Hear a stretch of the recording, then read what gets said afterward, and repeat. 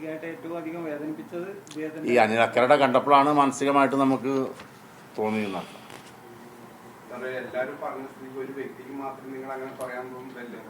അല്ല, അത് കേട്ടപ്പോഴാണ് എനിക്ക് ഏറ്റവും കൂടുതൽ തോന്നിയത്. എന്താണ് കണ്ടത്? നിങ്ങള് നിരപരാധിയാണ്. ആദ്യമായിട്ടും ചരിത്രത്തിൽ ആദ്യമായിട്ട് നിങ്ങൾ കുഴൽപ്പണം പിടിച്ച ആള് മാധ്യമപ്രവർത്തകരുടെ മുന്നിൽ വരുന്ന നിങ്ങൾ അയക്കാമെന്നാണ്. അല്ല, കുഴൽപ്പണം അല്ലല്ലോ.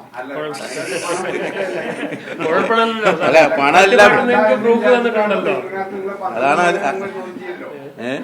നമ്മൾ അപകീർത്തിപ്പെട്ട് ശ്രമിച്ചാൽ അതിന് നടപടികളുമായി മുന്നോട്ട് പോകും.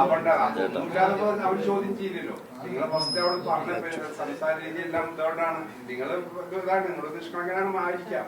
പക്ഷെ ആ പറഞ്ഞതിലാണ് അവിടെ മാറ്റങ്ങൾ. നിങ്ങളുടെ ഡ്രൈവർ വേറെ പറഞ്ഞു, നിങ്ങൾ വേറെ രീതിയിൽ പറഞ്ഞു. അതാണ് അവിടെ ഒരു കൺഫ്യൂഷൻ ഉണ്ടാവാൻ കാരണം. അങ്ങനെ പറഞ്ഞിട്ടില്ലല്ലോ. അത് അങ്ങനെയാണ് നമുക്ക് കിട്ടിയ ന്യൂസ്. ഇല്ല, ഞാൻ പറഞ്ഞല്ലോ, ഞങ്ങൾ സാധനങ്ങൾ മേടിക്കാൻ വേണ്ടി എറണാകുളം, അത് കഴിഞ്ഞാൽ സമയം ഉണ്ടെങ്കിൽ ചേർത്തല വരെ രാജസ്ഥാൻ മാർബിൾ നോക്കാൻ വേണ്ടി പോകണമെന്നും വലിയ കട ഉണ്ട്. ഇത്രേ പറഞ്ഞിട്ടുള്ളൂ. അല്ല, എല്ലാവരും തുല്യ കുറ്റക്കാരാണ്. പണം വന്നാൽ കള്ളപ്പണം എന്നുള്ളത് മാത്രമേ ഉള്ളൂ. അതാണല്ലോ ഇവിടെ പ്രശ്നം. നിഷ്കളങ്കതയാണ് കാണുന്നത്. നിങ്ങൾക്ക് അതിനെ പറ്റി ഇതിനു മുമ്പ് ചെയ്തിട്ടില്ല സംഭവമാണ് തോന്നുന്നത്. പക്ഷെ ആ പറഞ്ഞതിലെ ഇതിലാണ് അവിടെ എല്ലാം ആദ്യം തന്നെ പോകാമായിരുന്നത്. ഇപ്പൊ ബാങ്ക് മാനേജർ വിളിപ്പിച്ചു, ബാങ്ക് മാനേജർ വൈകുന്നേരം വരെ ചോദ്യം ചെയ്തു. അങ്ങനെ കാര്യങ്ങൾ പറഞ്ഞാൽ അങ്ങനെ പറഞ്ഞയച്ചു. അല്ല, അങ്ങനെ ഉണ്ടായത്. നിങ്ങളുടെ വൈഫ് കുട്ടി എല്ലാവരും വരുന്നത് നമുക്ക് അവിടെ ഉണ്ടായിരുന്നു. നമ്മൾ അറിയുന്ന ആളുകൾ പറയുന്നത്. അപ്പൊ നിങ്ങൾ അതാണ് കാരണം. നിങ്ങൾ ആ സംഭവം വെച്ച് നമുക്കറിയാം. നമ്മൾ നിങ്ങളായിട്ട് വീഡിയോ ഫോട്ടോ ഒന്നും കൊടുത്തിട്ടൊന്നുമില്ല. ഇതിപ്പോ നിങ്ങൾ ആദ്യമായിട്ടാണ് ഞങ്ങളുടെ മുമ്പിൽ ഇങ്ങനെ വരുന്ന. ഞങ്ങൾക്കും എന്ത് കൊടുക്കണം എന്നൊരു കൺഫ്യൂഷൻ. എന്താണ് കൊടുക്കേണ്ടത്, ആര് നേരിട്ട് നിങ്ങൾ ഇത് ചെയ്യണം. അല്ലെങ്കിൽ നിങ്ങളുടെ കാര്യം നിങ്ങൾ ഇത് പറഞ്ഞു എന്ന് പറഞ്ഞിട്ട് അങ്ങനെയുണ്ട്. ഞാൻ കുറ്റക്കാരനല്ല എന്ന് പറഞ്ഞിട്ട് എങ്ങനെയാണത് കുറ്റക്കാരെന്നല്ല മാത്രമല്ല, ഒരു സംഗതി കേൾക്കുമ്പോഴത്തേനും മറ്റുള്ളവർക്കെതിരെ ചാർത്തുന്ന പരിപാടി എല്ലാവരും നിർത്തണം.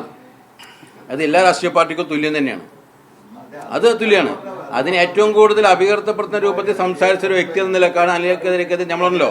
അനിലക്കര ഇതിനകത്ത് ഇത് നിരപരാധിത്വമെന്ന് ബോധ്യം ഉണ്ടെങ്കിൽ അദ്ദേഹം ചെയ്യേണ്ടത് മാപ്പ് പറയാന്നുള്ളതാണ്.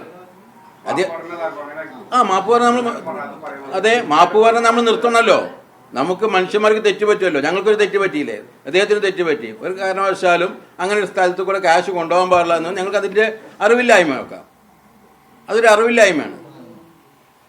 അത് തെറ്റ് പറ്റിയതാണ്. അതിന് ഭാവിയിൽ തിരുത്തണമല്ലോ എന്തായാലും. അതേപോലെ തെറ്റ് മനുഷ്യർക്ക് പറ്റില്ലോ. പറ്റുമ്പോൾ തിരുത്താനുള്ള അവസരം കൊടുക്കുക. അതുകൊണ്ടല്ലേ പറയുന്നത് മാപ്പ് പറയണം എന്നുള്ളത്.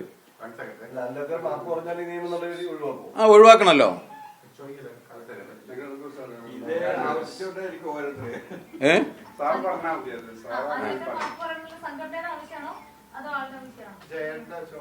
അല്ല, എൻ്റെ ആവശ്യമാണത്. കാരണം എന്താ വെച്ച് കഴിഞ്ഞാൽ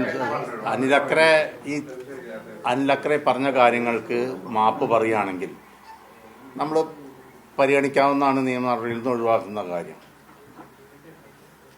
നമ്മുടെ ആവശ്യം സംഘടനാ നേതൃത്വത്തിൽ ഇരിക്കുമ്പോൾ ഒരു ആരോപണം വന്നിട്ടുണ്ടായിരുന്നത് രാഷ്ട്രീയക്കാരുടെ പ്രതികരണം അല്ലെങ്കിലും പ്രാദേശികമായിട്ട് ജനങ്ങൾക്കിടയിൽ ഒരു ആരോപണം. താങ്കളൊരു 2-3 വിദ്യാഭ്യാസ സ്ഥാപനങ്ങളുടെ RDC ചെയർമാനാണ്.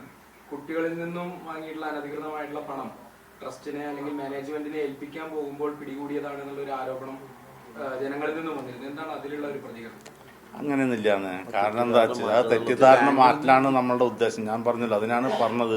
ഞാൻ എൻ്റെ മകനെയും കൊണ്ട് ടൈൽസോ അല്ലെങ്കിൽ സാധനങ്ങളോ നോക്കി മേടിക്കാൻ വേണ്ടിയാണ് പോകുന്നതെന്ന് പറഞ്ഞത്. അതുകൊണ്ടാണ് RDC കൺവീനർ എന്ന് പറഞ്ഞു കഴിഞ്ഞാൽ അഡ്മിഷന് സംഭാവനകൾ ആരെയും തരുന്നുണ്ട് വെച്ചാൽ അത് ഇവിടെ മെയിൻ്റനൻസിന് വേണ്ടി ചിലവാക്കുകയാണ് ചെയ്യുക സാധാരണ സ്കൂള് കോളേജുകളുടെ പുനഃപ്രവർത്തനത്തിന് വേണ്ടിയിട്ട്. വസ്തുതാവിതരണമായ പ്രചരണമാണ്. അവര് അച്ഛനും മകനുമാണ് വണ്ടിയിൽ പോയിരുന്നത്. ഞങ്ങൾ സംഘടനയുടെ മറ്റുള്ള ആരും വണ്ടിയിലില്ല. അങ്ങനെയാണെങ്കിൽ ഞങ്ങൾ ആരെങ്കിലും ഉണ്ടാവുമല്ലോ. സ്വാഭാവികമായിട്ട് ഇങ്ങനെ ഒരു ആക്ഷേപം വന്നതുപോലെ ഇന്ന് ഇത്രയും ദൂരം നിങ്ങൾ ചേർത്തല വരെ ടൈൽസ് എടുക്കാൻ പോകുന്നു എന്ന് പറയുന്നത്. ഇനി തെരഞ്ഞെടുപ്പ് ദിവസം തന്നെ ഈ രാവിലെ തന്നെ നിങ്ങൾ പണമായിട്ട് പോകുന്നത്. അതുപോലെ തന്നെ ഇത് ഇത്രയും വലിയ പരിശോധന നടക്കുന്നു എന്ന് പറയുമ്പോൾ തന്നെ ക്യാഷ് ഇത്രയും കയ്യിൽ വെച്ചു. അല്ല, ക്യാഷ് കയ്യിൽ വെച്ചത് ഞാൻ ഉദ്ദേശിച്ചതെന്ന് വെച്ച് കഴിഞ്ഞാൽ ബാങ്കിന്റെ കോഴിക്കോട് പോയി വന്നാണ്. കോഴിക്കോട് എറണാകുളത്ത് ഞങ്ങൾ സെലക്ട് ചെയ്ത് വെച്ചാണ്. അപ്പോൾ അവിടെ ആ മോഡൽ അതെ തൃശ്ശൂരൊക്കെ പോയതാണ്. അവിടെ ടൈൽസ് നല്ലത് നോക്കി അവിടെ കുട്ടികൾക്ക് ഇഷ്ടപ്പെട്ട ടൈൽസ് കിട്ടിയില്ല. അപ്പോൾ അങ്ങനെയാണ് ഇപ്പോൾ ഏതായാലും എറണാകുളത്തേക്ക് പോകണം ഇലക്ട്രിക്കൽ പാർട്സ് പ്ലംബിങ്ങിൻ്റെ സാധനങ്ങൾ നോക്കാൻ വേണ്ടിയിട്ട് ലൈറ്റ് ഐറ്റംസ്. അപ്പോൾ അതിന് വേണ്ടി എറണാകുളത്തേക്ക് പോകുമ്പോൾ പിന്നെ അവിടുന്ന് കുറച്ചല്ലേ ഉള്ളൂ. അപ്പോൾ രാജസ്ഥാൻ മാർബിൾസിൽ ഒരാൾ പറഞ്ഞു, അവിടെ നമ്മുടെ വലിയൊരു ആൾ പറഞ്ഞു അങ്ങനെ കുഴപ്പമില്ലാന്ന്. അപ്പം അതും കൂടി നോക്കി വരാം എന്നുള്ള ഉദ്ദേശത്തിലാണ് ഞാൻ അങ്ങനെ ചെയ്തത്. അപ്പോൾ കോഴിക്കോട് ഞങ്ങൾ പോയിരുന്നു, മറ്റേ ടൈൽസ് നോക്കാൻ വളാഞ്ചേരി പോയിരുന്നു, പെരുന്തണ്ണ പോയിരുന്നു, പാലക്കാട് പോയിരുന്നു. അപ്പോൾ ഓരോ വീട്ടിലേക്ക് ഡിസൈൻ ചെയ്യുമ്പോൾ അതിനനുസരിച്ച് ആ കുട്ടികൾ എന്താണ് ഉദ്ദേശിക്കുന്നത് ആ സാധനം കിട്ടണ്ടേ. ഈ മൊറോക്കൻ്റെ ടൈല് എന്ന് പറഞ്ഞു കഴിഞ്ഞാൽ ഇവിടെ തൃശ്ശൂരില്ല, അത് എറണാകുളത്ത് തന്നെയുള്ള ഞങ്ങൾ പോയിട്ട് സെലക്ട് ചെയ്തപ്പോൾ.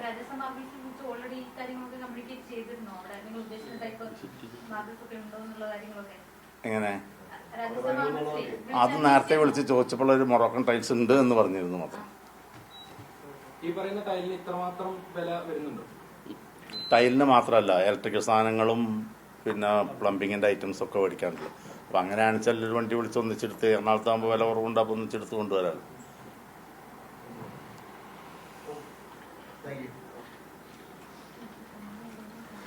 നീക്കാണ് ഉദ്ദേശം. ഞങ്ങളെന്താ പറയുക, സംഘടനയിലും സംഘടനയിലെ ആളുകളുടെ ഇടയിലുള്ള എന്നിലുള്ള തെറ്റിദ്ധാരണ നമുക്ക് നീക്കിയെടുക്കണം, ആരോപണങ്ങൾ ഉന്നയിച്ചതിലുള്ളത്.